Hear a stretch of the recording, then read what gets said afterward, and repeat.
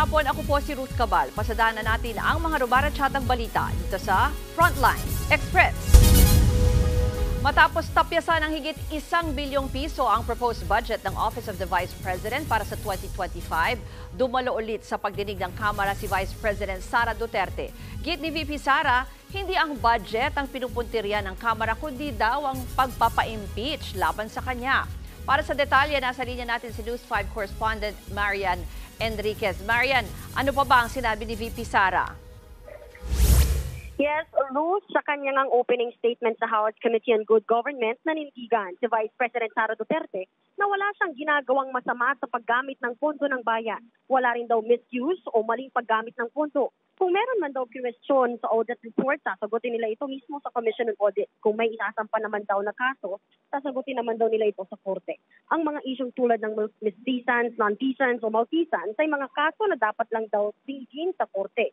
Sa tingin din ang Vice Presidente, hindi na ordinaryong House hearing ang nagaganap, kundi isang pinondohan at coordinated attack para gawin umano at alisin nga o pagsabihan siya na huwag boto sa 2028 national election. Dagdag pa ng Vice Presidente, hindi siya humihingi ng special treatment o pagsunod sa tradisyon na madaling pagpagpasa ng budget ng Office of the Vice President.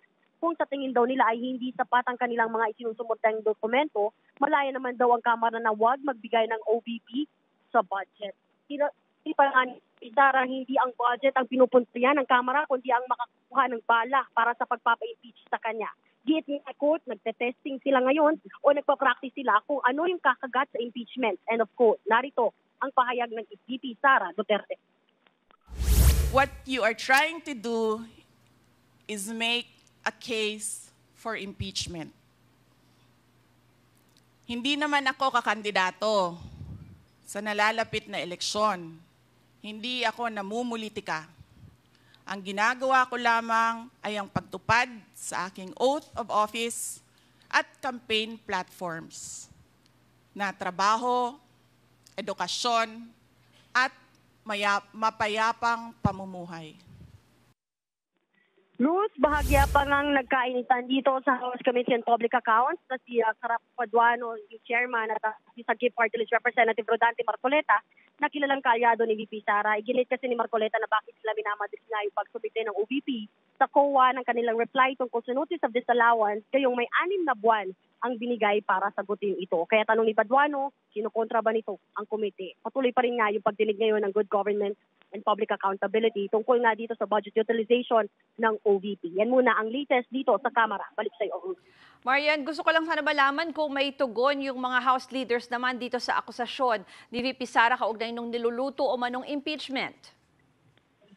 Sa ngayon, Ruth, hihingan pa nga natin ng pahayag yung House leadership tungkol dyan at humingi na tayo doon sa mga kampo nga nila Speaker Romualdez at ng iba pang mga House leaders at sabayan na natin kung ano yung kanilang mga reply.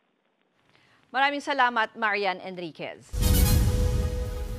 May sakit si Pangulong Bongbong Marcos, ubot sipon raw pero tuloy lang ang trabaho. Sinabi ng Pangulo kanina sa isang event sa Malacanang. Katunayan, natigilan pa ang Pangulo sa gitna ng talumpati para suminga. Naging usap-usapan ang lagay ng Pangulo matapos siyang makitang naka-face mask kahapon. 2024 outstanding government workers.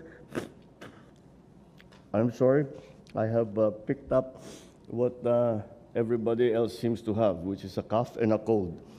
But it will not slow me down. Sa ibang balita na ihain na ng Department of Justice sa Pasig Regional Trial Court ang kasong qualified human trafficking laban kay dating Bamban Tarlac Mayor Alice Go. Inilipat ito mula sa Capas Regional Trial Court sa Tarlac matapos aprubahan ng Korte Suprema ang hiling ng DOJ. Inihirit ang paglipat ng kaso para hindi daw maimpluwensyahan ni Guo ang trial nga po ng mga nakasampa sa Korte sa Tarlac. Inaasahan namang isasama na rin sa Pasig ang iba pang kaso ni Guo gaya ng money laundering at tax evasion. Kasalukuyang nakakulong si Guo sa Custodial Center ng Philippine National Police. Sa lagay naman ng panahon, magiging maulan pa rin ngayong araw bunsod ng hanging habagat na pinalakas ng bagyong Helen na nakapasok ng bansa kagabi. Huli itong namataan higit 1,000 kilometers east-northeast ng extreme northern Luzon. Napanatili nito ang lakas ng hanging aabot sa 85 kilometers per hour at pagbugsong aabot sa 105 kph. Tinatayang lalabas din ang bagyo sa PAR mamayang gabi habang tumutulak patungong China. Sa ngayon, pinalalakas ng bagyong Helen ang habagat na nagpapaulan sa malaking bahagi ng bansa. Partikular po yan sa Palawan, Occidental Mindoro, Zambales at Bataan. Magiging maulan din dito sa Metro Manila, Pangasinan, Batangas, Cavite at Mimaropa. Lubog pa rin sa baha ang ilang probinsya sa norte dahil pa rin sa walang patid na pag-ulan. Sa bayan ng Villasis sa Pangasinan, 2 ang naiulat na nalunod sa umapaw na irigasyon. Tulong-tulong na iniahon ng mga bombero at mga residente ang bangkay ng isang lalaki. Lumabas na lasing ang biktima nang maligo sa irigasyon. Ang bayaw niyang nagtangkang sa gipin ng biktima, nalunod din at kahapon nakuha ang bangkay. Sa San Pablo, Isabela, umabot na sa tulay na ito ang tubig dahil sa umapaw na ilog. Habang ang baha abot binti na at umabot na rin sa mga taniman. Ilang motorsiklo rin ang tumirik. Baha rin sa ilan pang pangunahing lansangan, dyan naman po sa Dagupan City. Marami pang aabangang balita sa pagbabalik ng Frontline Express.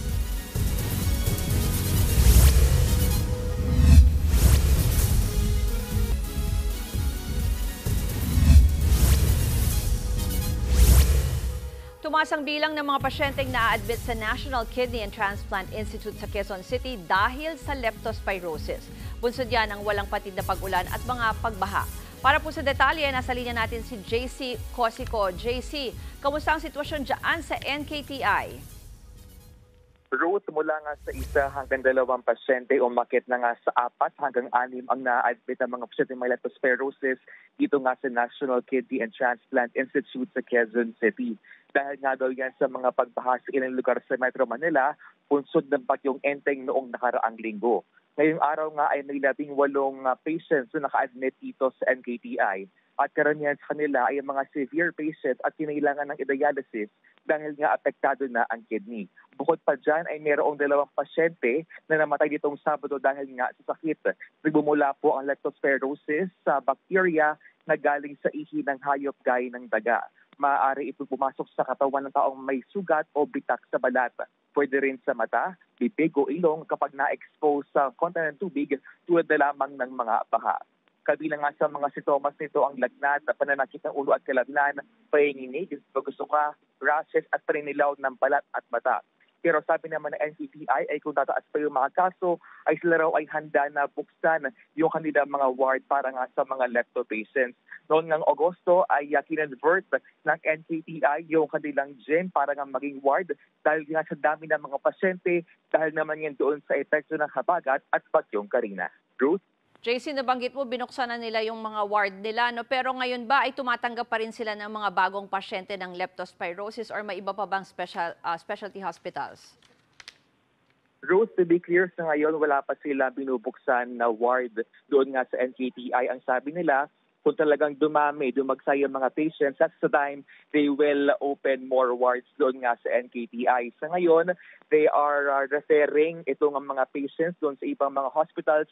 Depende nga doon sa kanilang kondisyon. If naman daw hindi ganoong kalala, doon nga papasok yung referral dahil nga they have to admit other patients na may ibang kidney diseases. Ruth? Maraming salamat, JC Cosico.